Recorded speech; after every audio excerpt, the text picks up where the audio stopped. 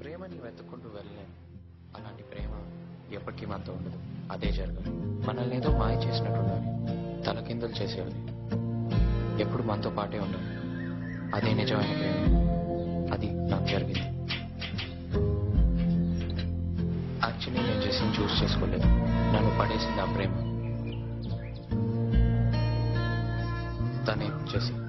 అంత అందంగా, క్లాసీ, చదువుకుంది, వెల్ రెడ్. తనకు ఒక స్టైల్ ఉంది అండ్ సెక్సీ టూ. నన్ను ఫాలో చేయట్లేదు కదా? ప్రపంచంలో ఉన్న అమ్మాయిలందరూ ఇప్పుడు నుంచి నా సిస్టర్స్, ఒక నువ్వు తప్ప. ఎందుకోలా? అదంతా ఇప్పుడు చెప్పలేను. నా ఫస్ట్ సినిమా వస్తుంది, దాంట్లో చెప్తాను. I hate you. Thank you. చాలా పెద్ద ప్రాబ్లం కొట్టుడు కొడతారు మామ. ఆ బతుకే అర్థం లేదు.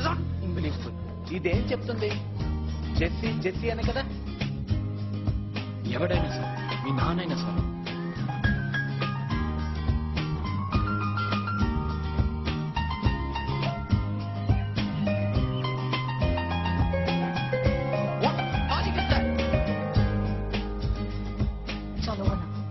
నా పెళ్లి ఏర్పాట్లు జరుగుతున్నాయి. నువ్వు వచ్చావు చూడు, అదే చర్చ్. నన్నేం చేయమంటావు కార్తీక్? వెళ్ళి పెళ్లి చేసుకోచేసి. నన్నేం పర్మిషన్ అడగడానికి రాలేదు కదా. కానీ ప్రపంచంలో ఎంతో మంది అమ్మాయిలు ఉంటే నేను జెస్సీని ఎందుకు లవ్ చేశాను? ఈ